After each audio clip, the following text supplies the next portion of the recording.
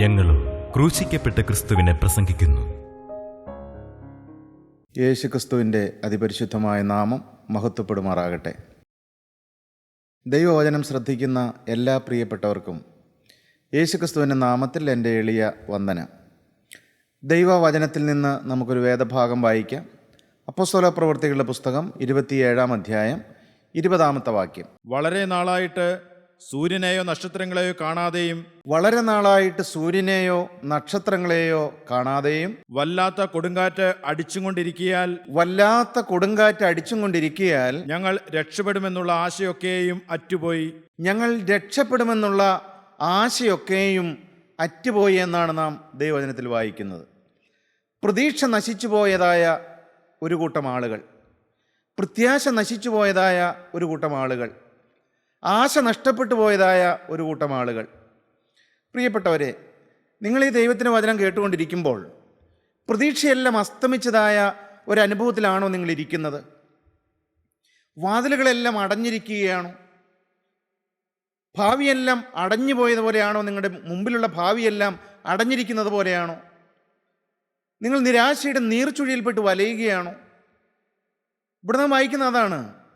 വളരെ നാളായിട്ട് സൂര്യനെയോ നക്ഷത്രങ്ങളെയോ കാണാത്തത് കൊണ്ട്, മാത്രമല്ല വലിയ കൊടുങ്കാറ്റുകളും ചുഴലിക്കാറ്റുകളും ജീവിതത്തിലേക്ക് ആഞ്ഞടിച്ചതുകൊണ്ട് പ്രതീക്ഷ നശിച്ചതായ ഒരു കൂട്ടം ആളുകൾ, രക്ഷപ്പെടുമെന്നുള്ളതായ ആശയൊക്കെയും അറ്റുപോയി എന്നാണ് നാം ദൈവവചനത്തിൽ വായിക്കുന്നത്. പ്രിയപ്പെട്ടവരെ, പ്രതീക്ഷ നശിച്ചിരിക്കുന്നവരാണോ നിങ്ങൾ? പ്രത്യാശ നഷ്ടപ്പെട്ടിരിക്കുന്നവരാണോ നിങ്ങൾ? ആശയൊക്കെയും അറ്റുപോയിരിക്കുന്നവരാണോ നിങ്ങൾ? വാതിലുകളെല്ലാം അടഞ്ഞിരിക്കുകയാണോ? ഇനി എനിക്കൊരു നല്ല ഭാവിയില്ല എന്ന് നിങ്ങൾ ചിന്തിക്കുകയാണോ? എന്നാൽ ദൈവത്തിന് വചനം പറയുന്നു, യേശുക്രിസ്തു നിങ്ങൾക്ക് പ്രത്യാശ തരുന്നവനാണ്. നിങ്ങളുടെ അടഞ്ഞ വാതിലുകളെ തുറക്കുവാൻ യേശുക്രിസ്തു ജീവിക്കുന്നുണ്ട്. അതാണ് സുവിശേഷം എന്ന് പറയുന്നത്. അതാണ് സുവിശേഷത്തിൻ്റെ സദ്വാർത്ത എന്ന് പറയുന്നത്. യേശുക്രിസ്തു ജീവിക്കുന്നുണ്ട്. അവൻ നിങ്ങളെ സഹായിക്കുന്നവനാണ്. അവൻ നിങ്ങളെ കരുതുന്നവനാണ്. അവൻ നിങ്ങൾക്ക് നല്ലൊരു ഭാവി തരുന്നവനാണ്. അവൻ നിങ്ങൾക്ക് പ്രതീക്ഷ തരുന്നവനാണ്. അവൻ നിങ്ങൾക്ക് പ്രത്യാശ തരുന്നവനാണ്. അവൻ നിങ്ങളെ സഹായിക്കുന്നവനാണ്. അവൻ നിങ്ങളെ സ്നേഹിക്കുന്നവനാണ്. അവൻ നിങ്ങളുടെ കണ്ണുനീര് തുടയ്ക്കുന്നവനാണ്. അവൻ നിങ്ങളുടെ അരികിലേക്ക് വരുന്നവനാണ്. ഇപ്പോൾ ഈ വചനം കേട്ടുകൊണ്ടിരിക്കുമ്പോൾ നിങ്ങൾ യേശുക്രിസ്തുവിനെ നാമം നിങ്ങൾ വിളിച്ചപേക്ഷിക്കുമെങ്കിൽ, യേശുക്രിസ്തുവിൻ്റെ തിരുമുഖത്തേക്ക് നിങ്ങൾ നോക്കുമെങ്കിൽ, നിങ്ങളെ സഹായിക്കുവാൻ ഈ യേശു നിങ്ങളുടെ അരികിലേക്ക് ഇറങ്ങി വരും. ഈ യേശു നിങ്ങൾക്ക് പുതിയ പുതിയ നാമ്പുകൾ കിളിർപ്പിച്ചു തരും. നിങ്ങൾ നിരാശപ്പെട്ടിരിക്കേണ്ട, നിങ്ങൾ തളർന്നിരിക്കേണ്ട, നിങ്ങൾ മുഖം വാടിയിരിക്കേണ്ട. നിങ്ങൾക്കൊരു ഉടയവനുണ്ട്, നിങ്ങൾക്കൊരു ഉടമസ്ഥനുണ്ട്, നിങ്ങൾക്കൊരു നാഥനുണ്ട്. നിങ്ങൾ ഇങ്ങനെ ഇരിക്കേണ്ടവരല്ല. പ്രിയപ്പെട്ടവരെ, നിങ്ങൾ യേശുക്രിസ്തുവിൻ്റെ മുഖത്തേക്ക് നിങ്ങൾ നോക്കൂ. നിങ്ങൾക്ക് പ്രത്യാശയുടെ കാലങ്ങൾ യേശുക്രിസ്തു നിങ്ങൾക്ക് തരും. പ്രതീക്ഷ നശിച്ചതായ അനേകരെ കുറിച്ച് നാം ചിന്തിക്കുകയുണ്ടായി.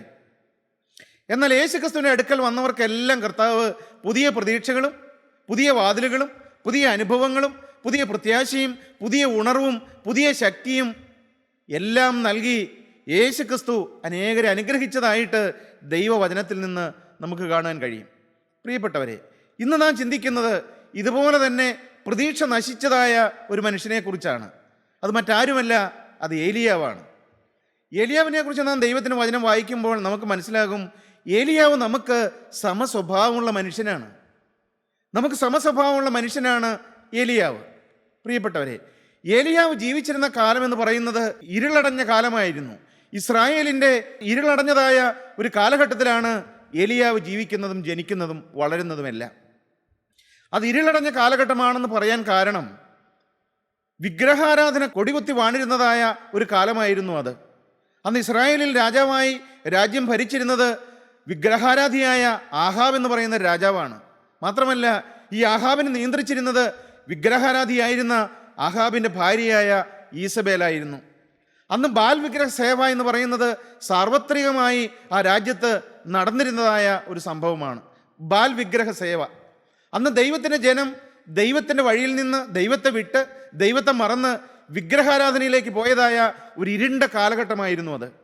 പ്രിയപ്പെട്ടവരെ, ആ സമയത്താണ് ദൈവം ആ ഇരുണ്ട കാലയളവിൽ ഒരു വെള്ളി നക്ഷത്രം പോലെ, ഒരു വെളിച്ചമാളിക പോലെ ഈ ഏലിയാവിനെ ദൈവം എഴുന്നേൽപ്പിക്കുന്നത്. ഈ ഏലിയാവ് ഒരു ധീരനായ ദൈവത്തിൻ്റെ പ്രവാചകനായിരുന്നു. വളരെ വളരെ ധൈര്യമുള്ള ഒരു ദൈവത്തിൻ്റെ ദാസനായിരുന്നു, ദൈവത്തിൻ്റെ പ്രവാചകനായിരുന്നു ഏലിയാവ്. അതുകൊണ്ടാണ് ഏലിയാവ് ആഹാബിൻ്റെ കൊട്ടാരത്തിലേക്ക് കടന്നു ചെന്ന് വളരെ ധൈര്യത്തോടെ ആഹാബിൻ്റെ മുഖത്ത് നോക്കി ഏലിയ പ്രവാചകൻ പറയുകയാണ്, ഞാൻ സേവിച്ചു നിൽക്കുന്ന യഹോവയാണ്, ഞാൻ പറഞ്ഞല്ലാതെ ഈ ആണ്ടുകളിൽ മഞ്ഞോ മഴയോ ഉണ്ടാവുകയില്ല. എന്തൊരു ധൈര്യമാണ് പ്രിയപ്പെട്ടവരെ! രാജാവിൻ്റെ കൊട്ടാരത്തിൽ ഉള്ളിൽ കടന്നു ചെന്ന് രാജാവിൻ്റെ മുഖത്ത് നോക്കി വിരൽ ചൂണ്ടിക്കൊണ്ട് പ്രവാചകൻ പറയുകയാണ്, ഞാൻ സേവിച്ചു നിൽക്കുന്ന ഒരു ദൈവമുണ്ട്, അതുകൊണ്ട് ഞാൻ പറഞ്ഞല്ലാതെ ഈ ആണ്ടുകളിൽ മഞ്ഞോ മഴയോ ഉണ്ടാവുകയില്ല. എന്തൊരു ധൈര്യം! ദൈവത്തിന് സ്തോത്രം. കാരണം എന്താണ്? ഈ ധൈര്യത്തിന് കാരണം എന്താണ് പ്രിയപ്പെട്ടവരെ? ഒരു വലിയ പരിശുദ്ധാത്മാവിൻ്റെ തീ ഏലിയാവിൻ്റെ ഉള്ളിൽ കത്തുന്നുണ്ട്. പരിശുദ്ധാത്മാവിൻ്റെ ഈ ശക്തിയുടെ തീയുമായിട്ടാണ് ഏലിയാവ് കൊട്ടാരത്തിലേക്ക് ചെല്ലുന്നത്. എന്താണ് ഏലിയാവിൻ്റെ ഉള്ളിലുള്ളതായ തീ? എന്താണ്? ദൈവത്തിന് ജനമായ ഇസ്രായേൽ എല്ലാം ദൈവത്തെ വിട്ട്, ദൈവ വഴിവിട്ട്, ദൈവത്തിന് സ്നേഹം മറന്ന് വിഗ്രഹാരാധനയിലേക്ക് പോവുകയാണ്. എന്നാൽ ജീവനുള്ളൊരു ദൈവമുണ്ട്. യഹോവയായ ദൈവം തന്നെയാണ് ജീവനുള്ള ദൈവം. അവനാണ് സത്യദൈവം. ഈ ജനത്തിനത് അറിയാവുന്നതാണ്. എന്നാൽ ഈ ജനത്തെ നയിക്കുന്നതായ, നടത്തുന്നതായ, ഭരിക്കുന്നതായ രാജാവും രാജ്ഞിയും കൂടെ ഈ ജനത്തെയെല്ലാം തെറ്റിച്ചു കളഞ്ഞിരിക്കുകയാണ്. വിഗ്രഹാരാധനയിലേക്ക് ഈ ദൈവജനത്തെ കൊണ്ടുവന്ന് എത്തിച്ചിരിക്കുകയാണ്. ജീവനുള്ള ദൈവം, യഹോവയായ ദൈവം തന്നെയാണ് സത്യദൈവമെന്ന് ഇസ്രായേൽ ജനത്തിനൊന്ന് മനസ്സിലാക്കി കൊടുക്കണമെന്ന് ഏലിയാവിൻ്റെ ഉള്ളിൽ വലിയൊരു തീയുണ്ട്. ഒരു ദൈവം ജീവിക്കുന്നുവെന്ന് അനേകർക്കൊന്ന് മനസ്സിലാക്കി കൊടുക്കണം. പ്രിയപ്പെട്ടവരെ, നിങ്ങളുടെ ഉള്ളിൽ ഈ ഒരു വലിയ തീ നിങ്ങളുടെ ഉള്ളിൽ കത്തുന്നുണ്ടോ? യേശുക്രിസ്തുവാണ് സത്യദൈവം. യേശുക്രിസ്തുവാണ് പാപിയുടെ രക്ഷകൻ. യേശുക്രിസ്തുവാണ് പാപിയുടെ വീണ്ടെടുപ്പുകാരൻ. യേശുക്രിസ്തു ജീവിക്കുന്നുണ്ട്. യേശുക്രിസ്തു പാപിയെ സ്നേഹിക്കുന്നുണ്ട്. യേശുക്രിസ്തുവാണ് മനുഷ്യൻ നിത്യജീവൻ തരുന്നത്. യേശുക്രിസ്തുവിൻ്റെ രക്തം പാപത്തിന് പരിഹാരമാണ്. യേശുക്രിസ്തു ക്രൂശിൽ മരിച്ചതുകൊണ്ടാണ് മനുഷ്യന് നിത്യജീവൻ ലഭിക്കുന്നത്. പ്രിയപ്പെട്ടവരെ, ഇത് അനേകർക്ക് കാണിച്ചു കൊടുക്കണമെന്നുള്ളതായ ഒരു ദൈവ സ്നേഹത്തിൻ്റെ തീ നിങ്ങളുടെ ഉള്ളിൽ കത്തുന്നുണ്ടോ? ഏലിയാവിൻ്റെ ഉള്ളിൽ ആ വലിയൊരു തീയുമായിട്ടാണ് ആഹാബിൻ്റെ കൊട്ടാരത്തിലേക്ക് ചെന്നത്. യഹോവ തന്നെ സത്യദൈവമെന്ന് ഈ ജനത്തിനൊന്ന് മനസ്സിലാക്കി കൊടുക്കണം. പ്രിയപ്പെട്ടവരെ, അങ്ങനെയാണ് ഏലിയാവ് അന്നത്തെ ജനത്തോട് സംസാരിക്കുന്നത്. ഏലിയാവ് എന്താണ് പറയുന്നത്? നിങ്ങൾ എത്രത്തോളം 2 തോണിയിൽ കാല് വയ്ക്കും? യഹോവ ദൈവമെങ്കിൽ അവനെ ആരാധിപ്പീൻ, ബാലാണ് ദൈവമെങ്കിൽ അവനെ നിങ്ങൾ ആരാധിപ്പീൻ. ദൈവജനമാണെന്ന് നിങ്ങൾ പറഞ്ഞുകൊണ്ട് ദൈവത്തെയും ബാലിനെയും എങ്ങനെയാണ് സേവിക്കുന്നത്? 2 തോണിയിൽ കാലുവച്ചുള്ള ജീവിതം അപകടമാണ് എന്ന് ഏലിയാവ് ദേശം മുഴുവൻ വിളിച്ചറിയിച്ചു. ഇന്നും അനേകർ അങ്ങനെയല്ലേ? 2 തോണിയിലാണ് ഇന്ന് അനേകർ കാലുവച്ചിരിക്കുന്നത്. ഈ ലോകവും വേണം, ദൈവവും വേണം. പാപവും വേണം, ദൈവവും വേണം. പിശാചും വേണം, ദൈവവും വേണം. കഷ്ടത വരുമ്പോൾ ദൈവത്തെ വിളിച്ചപേക്ഷിക്കും. രോഗം വരുമ്പോൾ ദൈവമേ എന്ന് വിളിക്കും. എന്നാൽ ആയുസ്സുള്ള കാലത്ത്, ആരോഗ്യമുള്ള കാലത്ത് ദൈവം വേണ്ട, ദൈവത്തിന് വചനം വേണ്ട, ദൈവത്തിന് സ്നേഹം വേണ്ട. പാപത്തിൻ്റെ വഴികളിൽ കൂടി നടക്കാൻ ഇന്ന് അനേകർക്ക് മടിയില്ല. ഇന്ന് അനേകർ 2 തോണിയിൽ കാലുവെച്ചാണ് ജീവിക്കുന്നത്. മാന്യ സഹോദര, നീ 2 തോണിയിൽ കാലുവെച്ച് ജീവിക്കുന്ന ഒരു ക്രൈസ്തവനാണോ? നിന്റെ ജീവിതം എങ്ങനെയുണ്ട്? നീ യേശുക്രിസ്തുവിനെ സ്നേഹിക്കുന്നവനും യേശുക്രിസ്തുവിനെ സേവിക്കുന്നവനും യേശുക്രിസ്തുവിനെ ആരാധിക്കുന്നവനും യേശുക്രിസ്തുവിനെ വേല ചെയ്യുന്നവനുമാണോ? യേശുക്രിസ്തുവാണോ നിന്റെ ദൈവം? അതോ നീ 2 തോണിയിൽ കാലുവെക്കുകയാണോ? പ്രിയപ്പെട്ടവരെ, എലിയാവിൻ്റെ ഉള്ളിൽ തീ കത്തുകയാണ്. യഹോവ തന്നെയാണ് ദൈവമെന്ന് ഈ ജനമെന്ന് അറിഞ്ഞിരുന്നെങ്കിൽ ഏലിയാവ് അശേരാ പ്രതിഷ്ഠയുടെ ദേവൻ പ്രവാചകന്മാരെയും ബാലിൻ്റെ പ്രവാചകന്മാരെയും എല്ലാം കർമ്മേലിൽ വിളിച്ചു കൂട്ടുകയാണ്. എന്നിട്ട് അവിടെ ഒരു യാഗം നടത്തുകയാണ്. പ്രിയപ്പെട്ടവരെ, നിങ്ങൾക്ക് സംഭവമൊക്കെ അറിയാമായിരിക്കാം. രാജാക്കന്മാരുടെ 1-ാമത്തെ പുസ്തകം 18-ാം അധ്യായത്തിലാണ് ഈ സംഭവം നടക്കുന്നത്. അവരെല്ലാം കർമ്മേൽ മലയിൽ വിളിച്ചു കൂട്ടി അവിടെ ഒരു യാഗം നടത്തുകയാണ്. ജീവനുള്ള ദൈവം ഏലിയാവിൻ്റെ പ്രാർത്ഥന കേട്ട് സ്വർഗത്തിൽ നിന്ന് തീ അയച്ച് യാഗത്തെ ദഹിപ്പിച്ചുവെന്നും സ്വർഗത്തിലെ ജീവനുള്ള ദൈവമായ യഹോവ തന്നെയാണ് സത്യദൈവമെന്നും ഏലിയാവോട് തെളിയിക്കുകയായിരുന്നു. ഏലിയാവ് ഏകനായി നിന്ന് ഒരു ജീവനുള്ള ദൈവം ഇസ്രായേലിൽ ഉണ്ട് എന്ന് ഏലിയാവ് തെളിയിച്ചു. സ്വർഗത്തിൽ തീ കർമ്മേൽ മലയിൽ ഇറങ്ങി. പ്രിയപ്പെട്ടവരെ, അന്ന് ഈ പ്രവാചകന്മാരെല്ലാം അവർ വിളിച്ചു പറഞ്ഞു, സത്യമായിട്ടും ദൈവം യഹോവ തന്നെയാണ് ദൈവമെന്ന്. ഏലിയാവ് ഒറ്റയ്ക്ക് ഈ അശേരാ പ്രതിഷ്ഠയുടെ പ്രവാചകന്മാരെയും ബാലിൻ്റെ പ്രവാചകന്മാരെയും എല്ലാം കൊന്നുകളയുകയാണ്. പ്രിയപ്പെട്ടവരെ, ഒരു ജീവനുള്ള ദൈവമുണ്ടെന്ന് ഏലിയാവ് കർമ്മേലിൽ തീയിറക്കി അവിടെ തെളിയിക്കുകയായിരുന്നു. അതിനുള്ളതായ കൃപ ദൈവം ഏലിയാവിന് കൊടുത്തു. ധീരനായ, ശക്തനായ, ദൈവത്തിൻ്റെ ആത്മാവിൻ്റെ തീയുള്ള ഒരു പ്രവാചകനായിരുന്നു ഏലിയാവ്. പക്ഷേ പ്രിയപ്പെട്ടവരെ, ഈ സംഭവമെല്ലാം കൊട്ടാരത്തിലെത്തി. ആഹാബ് രാജാവിൻ്റെ കൊട്ടാരത്തിലെത്തി. ആഹാബ് രാജാവിൻ്റെ ഭാര്യയായ ഈസബേലിൻ്റെ ചെവിയിലെത്തി. തുടർന്ന് എന്താണ് സംഭവിച്ചത്? രാജാക്കന്മാരുടെ 1-ാമത്തെ പുസ്തകം 19-ാം അധ്യായം 1 മുതലുള്ള ചില വാക്യം വായിക്കാം. എന്താണ് അവിടെ നടന്നത്? ഈ വലിയ അത്ഭുതം ഏലിയാവ് ചെയ്തു. പക്ഷേ ഈ സംഭവം കൊട്ടാരത്തിലെത്തി. തുടർന്ന് എന്താണ് സംഭവിച്ചത്? ഏലിയാവ് ചെയ്തതൊക്കെയും അവൻ സകല പ്രവാചകന്മാരെയും വാൾ കൊണ്ട് കൊന്ന വിവരമൊക്കെയും ആഹാബ് ഇസബേലിനോട് പറഞ്ഞു. ഇസബേൽ ഏലിയാവിൻ്റെ അടുക്കൽ ഒരു ദൂതനെ അയച്ചു.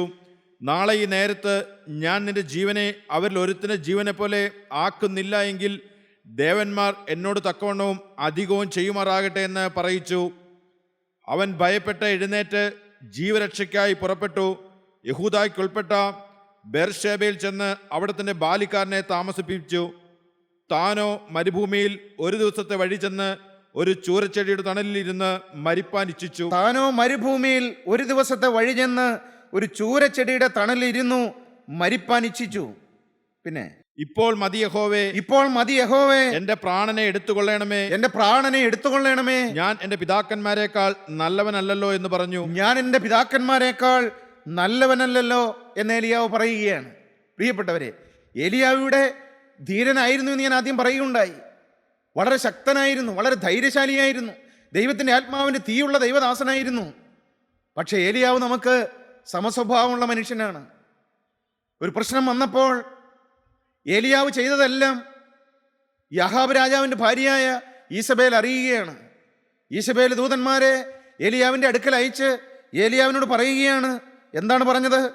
നാളെ ഈ നേരത്ത് ഞാൻ നിന്റെ ജീവനെ അവരിൽ ഒരുത്തൻ്റെ ജീവനെ പോലെ ആക്കുന്നില്ല എങ്കിൽ ദേവന്മാർ എന്നോട് തക്കവണ്ണവും അധികവും ചെയ്യുമാറാകട്ടെ എന്ന് പറഞ്ഞു. എന്ന് പറഞ്ഞാൽ നാളെ ഈ നേരമാകുമ്പോൾ നിന്നെ ഞാൻ കൊന്നുകളയുമെന്നാണ് ഏലിയാവിനോട് ഈസബേല് ദൂതന്മാരെ അയച്ച് പറഞ്ഞത്.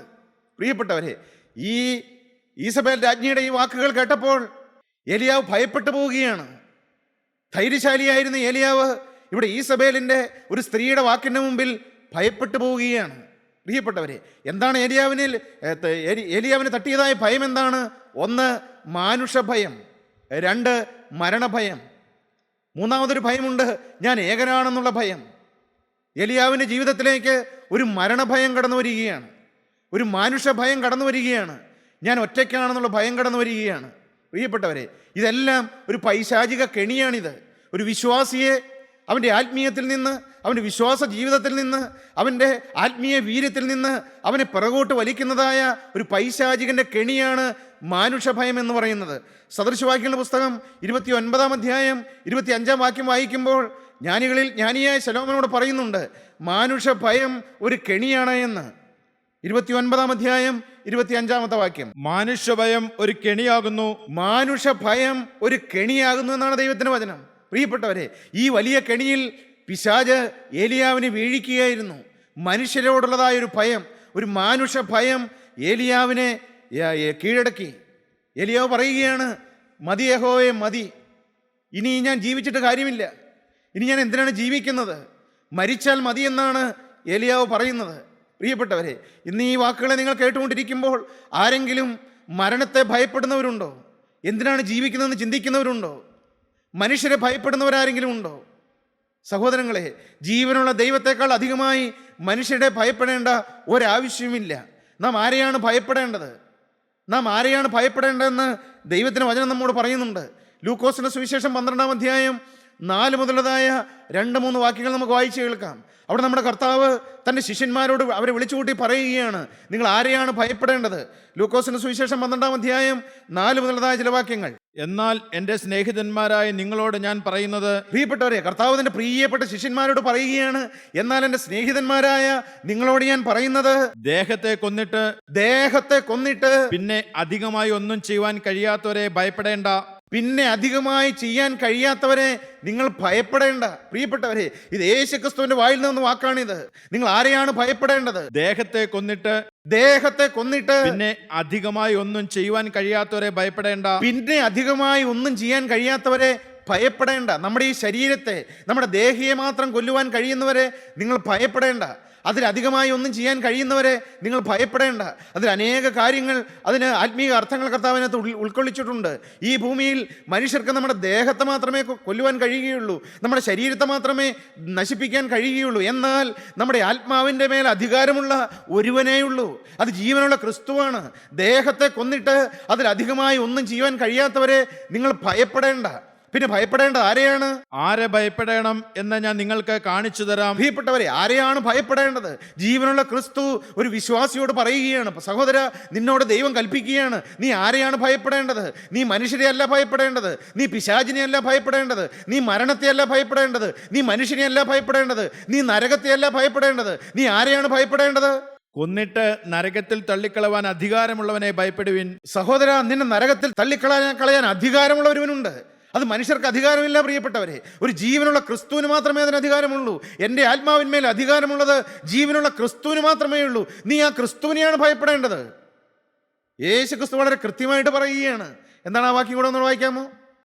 ആരെ ഭയപ്പെടണമെന്ന് ഞാൻ നിങ്ങൾക്ക് കാണിച്ചു തരാം. ആരെ ഭയപ്പെടണമെന്ന് ഞാൻ നിങ്ങൾക്ക് കാണിച്ചു തരാം. കൊന്നിട്ട് നരകത്തിൽ തള്ളിക്കളവാൻ അധികാരമുള്ളവനെ ഭയപ്പെടുവിൻ. കൊന്നിട്ട് നരകത്തിൽ തള്ളിക്കളയുവാൻ അധികാരമുള്ളവൻ ഒരാളേ ഉള്ളൂ.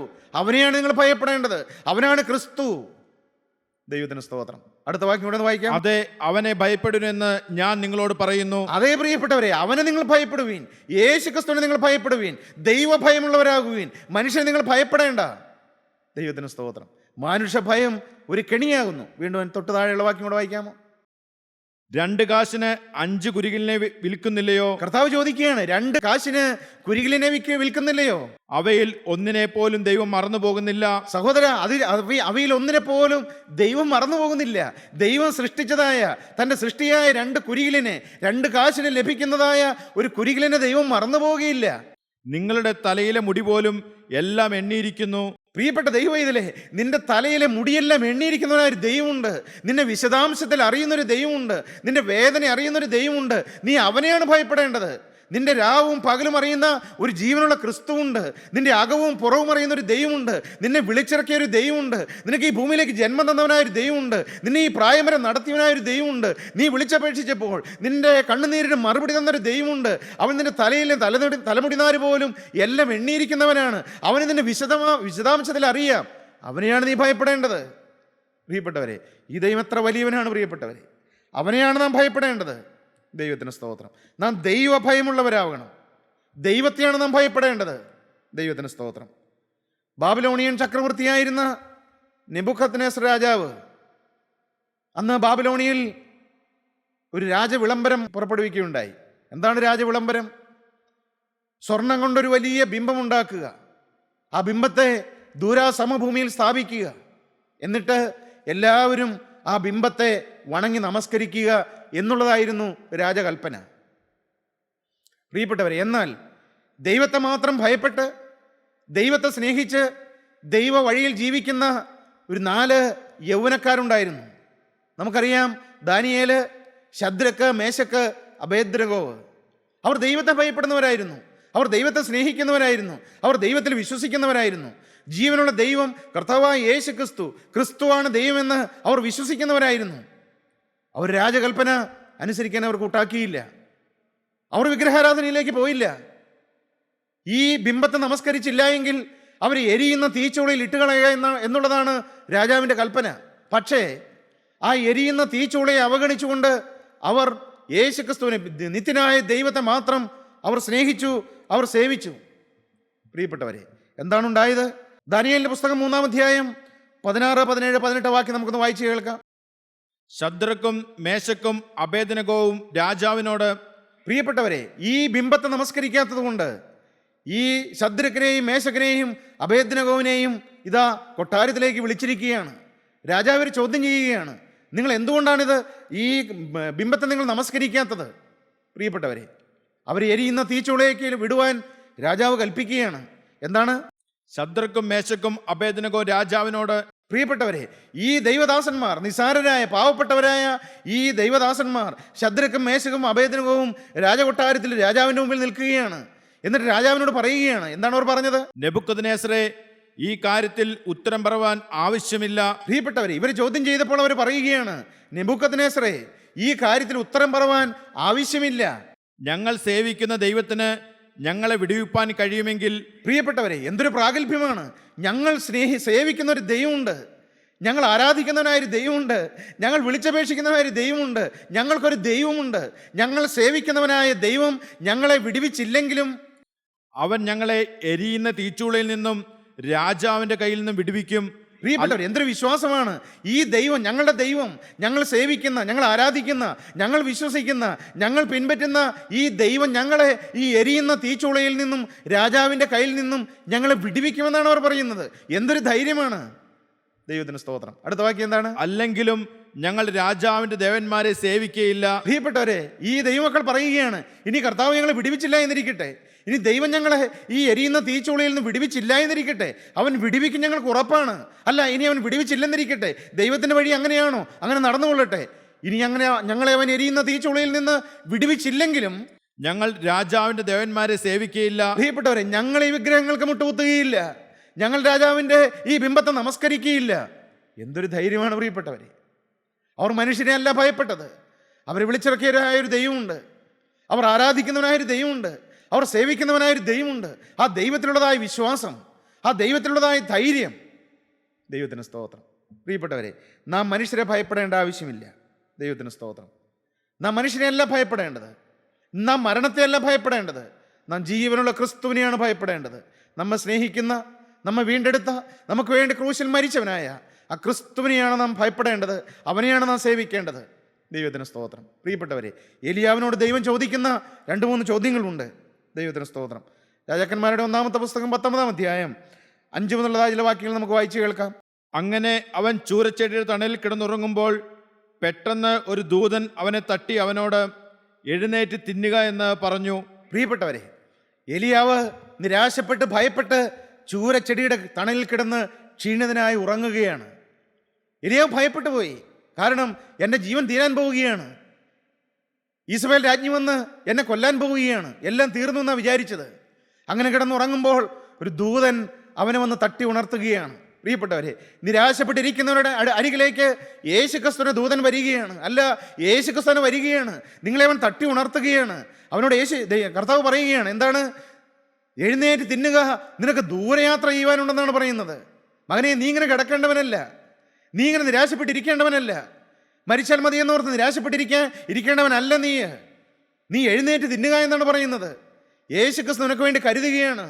നിരാശപ്പെട്ടിരിക്കുന്ന സഹോദര, നീ ഏത് കാര്യത്തിലാണ് നിരാശപ്പെട്ടിരിക്കുന്നത്? നിന്റെ ജീവിതത്തിൽ പ്രതീക്ഷിക്കാതെ വന്നതായ കടബാധ്യതയോർത്താണോ നീ നിരാശപ്പെട്ടിരിക്കുന്നത്? യേശു നിന്നെ കരുതുന്നവനാണ്. യേശു നിനക്ക് പുതിയ വാതിലുകൾ തുറന്നു തരുന്നവനാണ്. യേശു നിനക്ക് നീക്കുപോക്കുകൾ തരുന്നവനാണ്. നിന്റെ ജീവിതത്തിൽ വന്നതായ ഒരു രോഗത്തെ ഓർത്ത് നീ വ്യാകുലപ്പെട്ടിരിക്കുകയാണോ? നിന്റെ ജീവിതം അവസാനിച്ചു എന്നാണോ നീ ചിന്തിക്കുന്നത്? നിന്റെ രോഗത്തിന് സൗഖ്യം തരുവാൻ യേശുക്രിസ്തു മതിയായവനാണ്. നീ യേശുക്രിസ്തുവിന്റെ മുഖത്തേക്ക് നോക്കുക, യേശുക്രിസ്തുവിന്റെ ക്രൂശിലേക്ക് നോക്കുക, അവന്റെ തിരുരക്തത്തിൽ നീ വിശ്വസിക്കുക.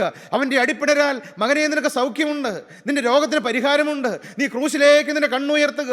കുരിശിൽ നിനക്ക് വേണ്ടി മരിച്ചവനായ ക്രിസ്തുവിന്റെ പരിശുദ്ധമായ ആ പാവനമായ മുഖത്തേക്ക് നീ നോക്കുക. നീ യേശുവിന്റെ മുഖത്തേക്ക് നോക്കി നിന്റെ ആവശ്യം നീ യേശുവിനോട് പറയുക. യേശുവേ, എന്നെ ഒന്ന് സഹായിക്കണമേ, എൻ്റെ ജീവിതത്തിൽ ഒരു പരിഹാരം തരണമേ, ഇതിനൊരു നീക്കുപോക്ക് തരണമേ, നിന്റെ ആണിപ്പാടുള്ള കരം എൻ്റെ നേരെ ഒന്ന് നീട്ടണമേ. നിങ്ങൾ ആരെല്ലാം പ്രാർത്ഥിക്കുന്നുണ്ട് പ്രിയപ്പെട്ടവരെ? യേശു ക്രിസ്തുവിന്റെ അരികിലേക്ക് വരികയാണ്. യേശു നിങ്ങളോട് പറയുകയാണ്, മകനെ, നീ ഇങ്ങനെ കിടക്കേണ്ടവനല്ല, നീ എഴുന്നേറ്റ് തിന്നുക. നിന്നെ കരുതാനൊരു ദൈവമുണ്ട്, നിനക്ക് വേണ്ടി കരുതുന്ന ഒരു ജീവനുള്ള ക്രിസ്തുവുണ്ട്. അവൻ നിങ്ങൾക്കായി കരുതുന്നതാകയാൽ നിങ്ങളുടെ സകല ചിന്താകുലവും അവൻ്റെ മേൽ ഇട്ടുകൊള്ളുവീനെന്ന് അപ്പോസ്തലനായ പത്രോസ് പറയുന്നുണ്ട്. നിന്റെ ഭാര വിഷയങ്ങളെല്ലാം യേശുവിൻ്റെ കയ്യിലേക്ക് കൊടുക്കുക. നിന്റെ ഭാരം യഹോവയുടെ മേൽ വെച്ചുകൊള്ളുക. അവൻ നിന്നെ പുലർത്തും. നീതിമാൻ കുലുങ്ങി പോകുവാൻ അവൻ ഒരു നാൾ സമ്മതിക്കുകയില്ല. നീ എഴുന്നേറ്റ് തിന്നുക എന്നാണ് കർത്താവ് പറയുന്നത്. മകനെ, നിന്നെ കരുതുന്നവനായൊരു ദൈവമുണ്ട്. നിനക്ക് ദൂരയാത്ര ചെയ്യുവാനുണ്ട്. നിന്റെ ശുശ്രൂഷ അവസാനിപ്പിച്ചിട്ടില്ല. എഴുന്നേറ്റ് തിന്നുക, നിനക്ക് ദൂരയാത്ര ചെയ്യുവാനുണ്ട്. മകനെ, നിന്റെ ശുശ്രൂഷ തീർന്നിട്ടില്ല, നിന്റെ ആത്മീയം അവസാനിച്ചിട്ടില്ല, നിന്റെ കാലം തീർന്നിട്ടില്ല. നിനക്ക് ഇനിയും ഒരു ശോഭനമായ ഭാവിയുണ്ട്, നിനക്ക് ഇനിയും ശുശ്രൂഷയുണ്ട്.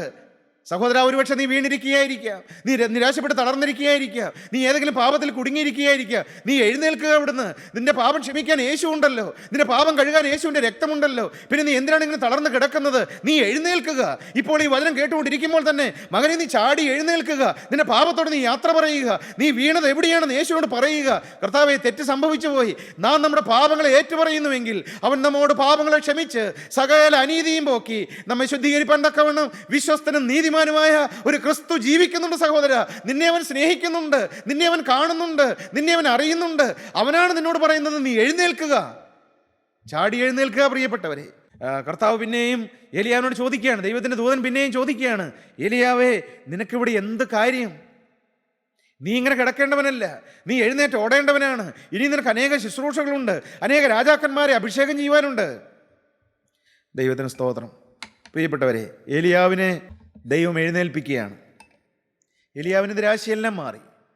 ഏലിയാവ് നല്ല ശക്തിയോടുകൂടെ ദൈവം കൊടുത്തതായ ആ അപ്പവും വെള്ളവും കുടിച്ച് 40 ദിവസം 40 രാവും പകലും ഇതാ ഏലിയാവ് ഓടുകയാണ്. പ്രിയപ്പെട്ടവരെ, ശക്തി പ്രാപിക്കാൻ നിങ്ങൾക്ക് ആഗ്രഹമുണ്ടോ? എഴുന്നേൽക്കാൻ നിങ്ങൾക്ക് ആഗ്രഹമുണ്ടോ? യേശു നിങ്ങളെ വിളിക്കുകയാണ്. നിങ്ങൾ ഏത് അവസ്ഥയിലാണെങ്കിലും എഴുന്നേൽക്കാൻ യേശു നിങ്ങളെ സഹായിക്കും. നിങ്ങൾ എഴുന്നേൽപ്പിക്കാൻ യേശുവിൻ്റെ ആണിപ്പാടുള്ള കരവുമായി യേശു നിങ്ങളുടെ അടുത്ത് വന്നിരിക്കുകയാണ്. ഇത് നല്ല സമയമാണ് പ്രിയപ്പെട്ടവരെ. ഏലിയാവിനെ എഴുന്നേൽപ്പിച്ചവനായൊരു ദൈവമുണ്ട്. ഏലിയാവിൻ്റെ ആ നിരാശ മാറ്റിക്കൊടുത്തവനായൊരു ദൈവമുണ്ട്. ഏലിയാവിന് വീണ്ടും പറപ്പിച്ചവനായൊരു ദൈവമുണ്ട്. ഏലിയാവിന് വീണ്ടും ശുശ്രൂഷ കൊടുത്തവനായൊരു ദൈവമുണ്ട്. മകനെ, പ്രിയപ്പെട്ട യൗവനക്കാരാ, നിനക്ക് ഇനിയും നല്ല ഭാവിയുണ്ട്. ഇനിയും നിനക്ക് അനേക ശുശ്രൂഷകളുണ്ട്. ഇനിയും നിനക്ക് കർത്താവിൻ്റെ കയ്യിൽ പ്രയോജനപ്പെടാം. നീ ചാടി എഴുന്നേൽക്കുക. യേശുവിന്റെ ക്രൂശിലേക്ക് നീ വരിക, യേശുവിന്റെ പാദത്തിലേക്ക് നീ വരിക, യേശുവിന്റെ മുഖത്തേക്ക് നീ നോക്കുക. ഇപ്പോൾ ആരെല്ലാം ചാടി എഴുന്നേൽക്കുന്നുണ്ട് പ്രിയപ്പെട്ടവരെ? യേശു നിങ്ങളെ വിളിക്കുന്നുണ്ട്, യേശു നിങ്ങളെ ക്ഷണിക്കുന്നുണ്ട്, യേശു നിങ്ങളുടെ കാര്യത്തിൽ പിടിക്കുന്നുണ്ട്. നിങ്ങൾ ചാടി എഴുന്നേൽക്കുക, പുതിയ തീരുമാനങ്ങൾ എടുക്കുക, പഴയതിനോട് യാത്ര പറയുക. നിങ്ങൾക്ക് യേശുവിന്റെ കുരിശിലേക്ക് വരാമോ?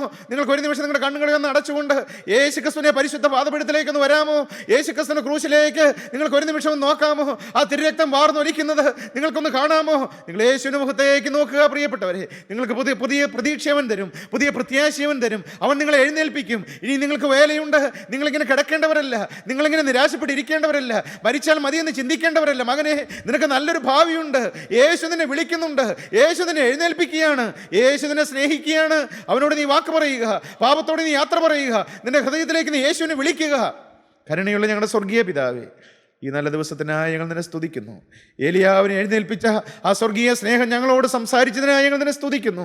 മരിച്ചാൽ മതി എന്ന് വിചാരിച്ച് ഇതാ ചൂരച്ചെടിയുടെ തണലിൽ കിടന്നുറങ്ങിയ ഏലിയാവിനെ എഴുന്നേൽപ്പിച്ച് ദൂരയാത്ര ചെയ്യിപ്പിച്ച ജീവനുള്ള യേശുവേ, നിന്റെ ആണിപ്പാടുള്ള കരങ്ങളിലേക്ക് ഞങ്ങളെ തന്നെ സമർപ്പിക്കുന്ന കർത്താവേ, അവിടെ ഞങ്ങളെ പിടിച്ചുകൊള്ളണമേ, അവിടെ ഞങ്ങളെ നടത്തണമേ, നിന്റെ രണ്ടാമത്തെ വരവിന് വേണ്ടി ഞങ്ങൾ ഒരുക്കണമേ, അവിടെ ഞങ്ങളെ വിശുദ്ധീകരിക്കണമേ. ഈ വചനം കേട്ട എല്ലാവരെയും ഇവിടെ അനുഗ്രഹിക്കണമേ. യേശു ക്രിസ്തുവിൻ്റെ അതിപരിശുദ്ധമായ നാമത്തിൽ തന്നെ. ആമേൻ.